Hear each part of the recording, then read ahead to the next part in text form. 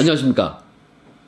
국민에게 보고하다 김태호입니다. 오늘은 조국 구속 사유 차고 넘친다, 이러한 소재로 방송을 하겠습니다. 방송 전에 여러분, 김태호TV 50만 구독 돌파, 이것을 위해서 구독 버튼 꼭 한번 눌러주십시오. 변함없이 열심히 하겠습니다. 여러분, 최근 여러가지 일들이 일어나고 있습니다. 일단 조국 선생이 드디어 검찰에 출두해서 조사를 받았죠. 출두할 때부터 비공개 출두를 했다고 해서 특혜성 시비가 또 일었죠. 여러분, 이거는요, 조국의 배우자는 민간인 신분이니까, 공인이 아니니까 그럴 수 있다고 좀 치자고요. 그런데 조국은 누구나 아는 공인 아니겠습니까? 그러한 공인이 전 국민을 혼란스럽게 만들었으면은 책임있게 떳떳이 나가서 말을 해야 할, 어떻게 보면은 국민에 대한 의무가 있는 사람입니다. 그런데 얼굴조차 비추지 않는다? 이것은 조금 예의가 없죠. 조금 너무한 처사고, 이거는요, 국민들에게 조금 역효과예요. 왜냐하면 조국을 모르는 국민들이 있습니까? 포토라인 서나 안 서나 조사받는 거 다 알고 있는데요, 몰래 숨어 들어가서 뭐 조사받는 거, 그것이 국민들에게는 오히려 더 안 좋은 모습이거든요. 당당하지 못하지 않습니까? 아니, 온 국민이 다 아는 사람이 왜 숨어 들어갑니까? 아니, 그렇게 떳떳하지 못합니까? 포토라인에 딱 서서 기자들한테 나는 이러저러해서 떳떳하다, 그러니까 당당히 조사받고 오겠다, 검사한테 잘 해명하고 오겠다, 딱 이러면요, 품이 있고 멋지지 않습니까? 뭐 조국이 얼굴이 알려지지 않는 사람이라면 이해가 갑니다. 그런데 조국은 숨을 쉬력이 없는 사람이에요. 도리어 숨었다고 욕을 먹죠. 그리고 그게 언론에 훨씬 좋지 않습니다. 언론이나 특히 기자들이 약오르지 않습니까? 거기서 조국 한번 찍으려고 몇 시간 기다렸는데, 그런 거는 딱 나타나가지고 한번 풀어줘야죠. 맞을 때는 맞아줘야 때리는 사람도 분이 풀리는 거예요. 그래야 기자들도 그나마 좋게 얘기할 수 있는 거예요. 정말 정무적 감각이라는 것은 이럴 때 써먹는 겁니다. 참 그거 답답합니다. 다시 말씀드리지만, 얼굴이 확실히 알려진 사람은 그냥 얼굴 까고 그냥 당당하게 들어가서 정확하게 자기 얘기를 하는 것이 훨씬 실익이 있습니다. 저 보십시오. 저 처음 얼굴 깔 때요, 제가 뭐 알려진 사람이었습니까? 그냥 당당하니까, 뭐 나는 남자니까 당당히 들어가서 제 얘기를 했습니다. 정문으로 당당히 들어가서 포토라인 쓰고 제 할 얘기하고 제 입장 밝히고 성실히 조사받았습니다. 뭐가 그리 부끄러운지, 떳떳지 못한지, 숨어서 들어갔는지 저는 이해가 가지 않습니다. 남자답지 못합니다. 그리고 조국이 자신이 정말 떳떳하다면 얼굴 당당히 공개하고 내 입장이 이렇다, 이게 그 사람의 진정성 보이는 거 아니겠습니까? 이거는요, 기자들을 그리고 언론사들을 적으로 만드는 행위입니다. 그런 점에서 참 좋지 않은 선택이었어요. 참 그 조국 선생을 보면요, 판단 미스 이런 거 매번 아쉬워요. 정말 상대방이 기분이 좀 풀려야 좀 동정심도 가고 그런 건데, 자신에게 불리한 상황은 조금도 만들지 않겠다는 거, 이거 너무한 거 아니겠습니까? 그리고 이왕에 출석했으면 자신이 뭐가 억울한지 그런 거 얘기나 하고 오지, 거기서 또 왜 진술 거부권을 행사해가지고 참 진짜 악수를 뒀습니다. 왜인지 아십니까? 조국이 원래부터 그러한 진술 거부하는 듯한 입이 무거운 태도를 쭉 보여왔으면요, 일관성이 있어서 그러려니 하거든요. 그런데 조국이요, 검찰 출석하기 전에 그동안 얼마나 많은 변명을 했습니까? 장외에서 말이에요. 트위터로도 많은 얘기를 했고, 무한정 기자회견에서도 그렇게 말을 많이 했는데, 뭐 촉새라는 사람 있죠? 그 사람보다 더 말을 많이 한 거 아니겠습니까? 그리고 국회에서도 여러 번 말을 했지 않습니까? 그런 사람이 왜 갑자기 정작 본게임에 딱 들어가니까 입을 쑥 다무는 겁니까? 그래서 욕을 먹는 겁니다. 그래서 위선적이라는 말도 나오는 거예요. 사람이 일관성이 있어야지. 나한테 코치를 좀 받으세요. 일관성이 없으니까 기회주의적이라는 그러한 말을 듣는 겁니다. 조국 선생님, 아무튼 이렇게 대응을 잘 못하니까 손학규 대표한테까지도 욕을 먹는 거 아니겠습니까? 법무부 장관 그 명예에 먹칠을 하지 말라, 뭐 이렇게 얘기했죠. 당신도 손학규 대표한테 욕을 먹으니까 기분 나쁘죠? 법무부 장관까지 했던 사람이 법치주의에 따른 정당한 사법작용을 무시하는 거 보니까 참 안타깝다, 이러한 발언을 손학규 대표가 했습니다. 보는 제가 답답해서 미운 정이라도 조금 들었으니까 제가 말씀을 드리겠습니다. 조국 선생은 이제 한두 번 더 검찰에 소환될 것 같은데요. 조국 선생은 국민적 동정심을 얻을 수 있는 그러한 방법을 한번 선택해 보십시오. 말과 행동을 그런 쪽으로 한번 해보세요. 제가 멘트까지 일일이 다 알려드리겠습니다. 잘 들어보세요. 내가 모든 일의 시작과 끝입니다. 모든 것이 나의 책임이고 나로부터 비롯되었습니다. 검찰은 내 아내와 자녀들에 대한 책임을 모두 저에게 돌리십시오. 그게 사실이고 진실입니다. 그리고 제가 모든 도의적인, 법적인, 정치적인 책임을 지겠습니다.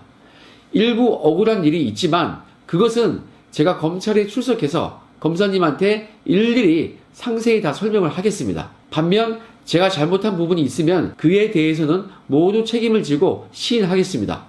국민 여러분께 걱정과 실망을 끼쳐드려서 죄송합니다.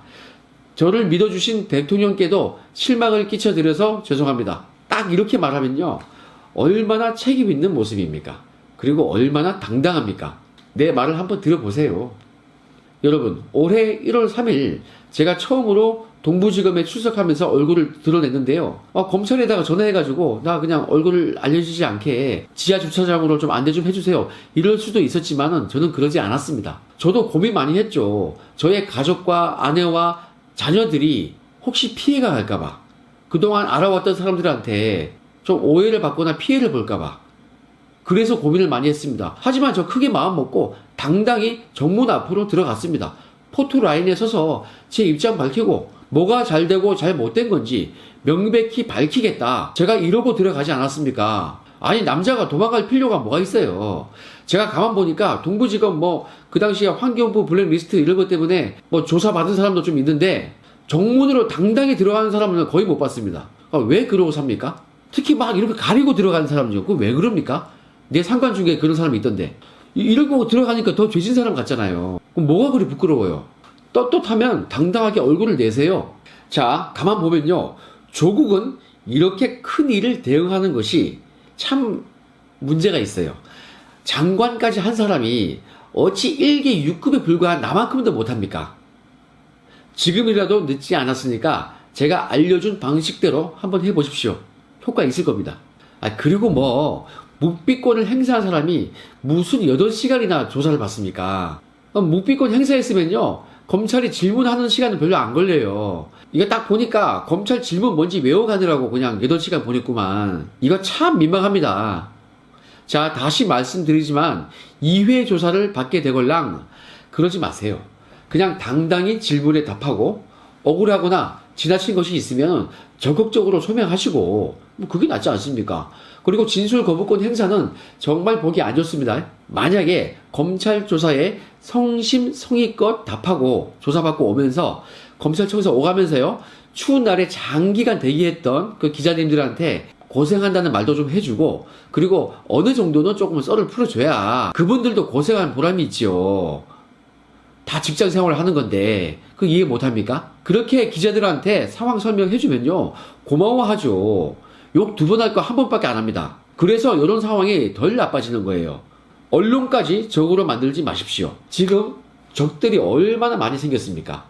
절친 진중권까지도 계속 조국 선생 까지 않았습니까, 그동안. 그런데 이제는 당신 아들까지 얘기하고 있어요. 당신 아들이 올린 감상문 그거 정경심 아이디 아니냐 이러고 있지 않습니까?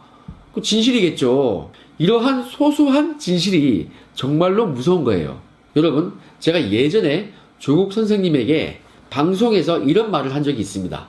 검찰청에 조사받으러 가게 되면 입이 바짝 말라서 밥도 안 넘어간다. 그러니까 국물 있는 해물짬뽕 드시라고 얘기했었죠. 이거 정말 좋은 팁이었는데 이거 보니까 진술을 거부하면요, 밥값을 안 한 거니까 국민 세금으로 밥을 먹을 수 있겠습니까? 좀 그렇지 않습니까? 그래서 정정합니다.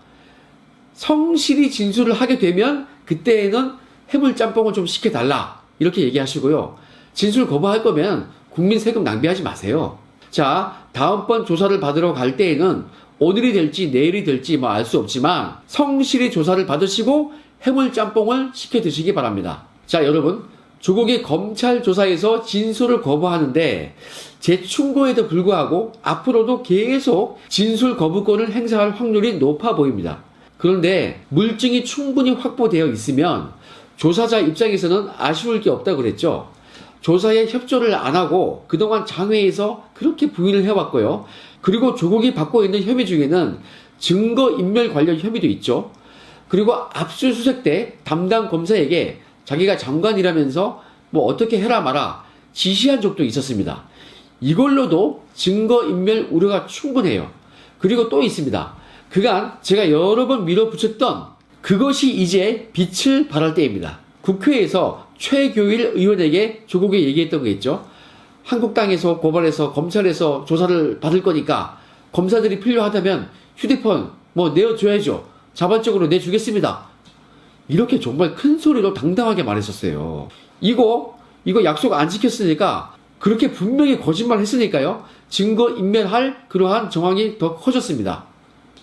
여러분, 이런 거 하나하나 우리는 기억하고 언론에 얘기해서 여론을 환기시켜야 합니다. 여기서 우리는 이런 거 한번 생각을 해보시죠. 오늘 방송 초기에 제가 던진 소재가 뭐였습니까? 구속 사유 차고 넘친다 이거 아니었습니까? 이거는요 사실관계로 증거를 하나하나 따지지 않고 좀 크게 봐도 그림이 딱 나옵니다. 딱 구속하기예요. 왜 그렇습니까? 우리에게는 유죄수가 있다. 이 얘기 기억하시죠? 그렇습니다. 유죄수건이 너무너무 큽니다. 과거 우병우 전 수석이 계속 영장이 기각되었다가 그러다가 직권남용으로 구속영장이 발부되었었죠. 지금 조국에게 가장 중요한 혐의로 떠오르고 있는 것이 바로 유죄수 사건이죠. 직권남용 혐의입니다. 유죄수에 대한 감찰을 중지시킨 그 혐의요. 이거 하나로만 해도 구속 충분히 가능합니다. 그러니까 지금까지 우리가 알고 있는 조국에 대한 혐의들 있죠. 자녀 입시 관련해서 뭐 허위 인턴 문제라든가 사모펀드 관련된 여러 가지 문제가 또 있고 그리고 웅동학원과 관련된 또 여러 가지 문제가 쭉 있었습니다. 이것들도 혐의가 여러 가지이고 좀 중대하고 국민적 공분을 일으켰기 때문에 충분히 구속이 될 만하죠. 그런데 이때 유재수 사건이 큰 바위처럼 조국의 눈앞에 딱 지금 내려앉아버린 거예요. 생각해 보세요. 이거 직권남용 혐의 요거 하나만으로도 구속됐는데 문제가 없는데요.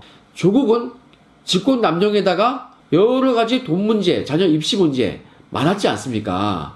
이러한 여러 가지가 추가되어 있으니까 여러분 이쯤 되면 제가 했던 오늘의 방송 소재 구속사유는 차고 넘친다. 이거 말 되지 않습니까? 여러분 저는 유죄수건 하나로 충분히 구속이 된다고 보고 있습니다. 유죄수건 이외에 서울중앙지검에서 쭉 수사해 왔던 거요. 그러한 여러 가지 내용만으로도 별도 구속 사유가 되는 거예요. 그런데 이 두 가지가 합쳐지면요. 그러면 구속되고도 남죠. 그래서 제가 차고 넘친다고 말씀을 드린 겁니다. 이제는 조국만으로 끝낼 수 있는 게 아니고 조국을 넘어서 어디까지 갈 수 있느냐. 이것이 관건인 겁니다. 그래서 우리는 마음을 졸이지 마시고 관조적으로 조금 관전하듯이 지켜봐도 된다. 제가 이렇게 말씀드린 겁니다. 여러분, 제가 너무 긍정적으로만 말씀을 드리는 건가요? 그렇지 않습니다. 저는 사실대로 합리적인 추론에 의해서 말씀을 드리는 거고, 그리고 지금까지 제가 이렇게 말씀드려가지고 틀린 게 거의 없지 않았습니까? 저는 저의 경험에 의한 분석과 합리적인 추론으로서 말씀을 드리는 거지 절대 감으로 말씀드리는 거 아니에요. 그런데 여러분 저도 사람이니까 틀릴 수도 있겠죠. 그런데 제가 자주 드리는 말씀이지만 틀리더라도 여러분 실망할 것 전혀 없습니다.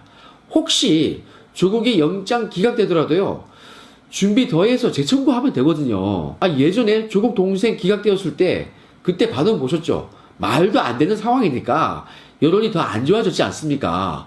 그리고 나서 재청구하니까 바로 구속되지 않습니까? 그런데 어떻게 보면은 이 사건의 가장 핵심인 조국에 대해서 영장 기각을 한다? 이거 엄청 부담스러운 거예요. 만약 그런 일이 일어난다? 그러면요, 그 분노와 책임이 어디로 가겠어요? 이거는 우리가 경험적으로 알 수 있었습니다. 그래서 기각되어도 괜찮은 겁니다. 그런 지지율 문제가 있기 때문에 저는 문통이 조국을 버린 카드라고 생각을 하는 것입니다. 따라서 저는 문통이 뭔가 조국을 위해서 사법부에다가 음으로 양으로 힘을 쓴다? 힘을 발휘한다? 저는 이러기는 힘들다고 봅니다. 안 할 거라고 봐요. 왠지 아십니까? 부담스럽죠. 왜 부담스럽냐? 사람이 어떤 카드를, 중요한 카드를 써먹을 때는요, 무한정 쓸 수 있는 게 아니에요. 항상 제한이라는 게 있어요. 나중에 혹시 자신이 급해지면 그때 써먹을 수도 있는 카드를 지금 써먹어요? 조국한테? 버린 카드한테? 그럴 필요 있겠습니까? 지지율 깎아먹는 거라는 거, 그걸 문통도 아마 경험적으로 지금 알고 있을 겁니다. 그러니까 여러분 전혀 걱정하지 마십시오. 혹시 구속이 안 되더라도 우리에겐 더 좋은 일이 일어날 수 있으니까 전혀 걱정할 필요 없다. 다시 한번 거듭 말씀을 드렸습니다. 여러분, 역시 사람은요, 긍정적으로 생각을 해야 합니다. 긍정적으로 생각을 해야 그런 사람에게 기회라는 게 있는 겁니다. 부정적으로 생각하면요, 기회가 설령 오더라도 기회가 온 줄 몰라요. 그래서 무조건 긍정적으로 생각을 해야 합니다. 여러분, 이제 조국에 대해서 영장을 청구할 시간이 점점 다가오고 있습니다. 얼마 남지 않았습니다. 어떠한 결과가 오더라도 우리에겐 늘 좋은 일이 생길 거라는 거, 그러한 기대를 가지면서 오늘 방송은 여기까지 하겠습니다. 즐거운 하루 되십시오. 감사합니다.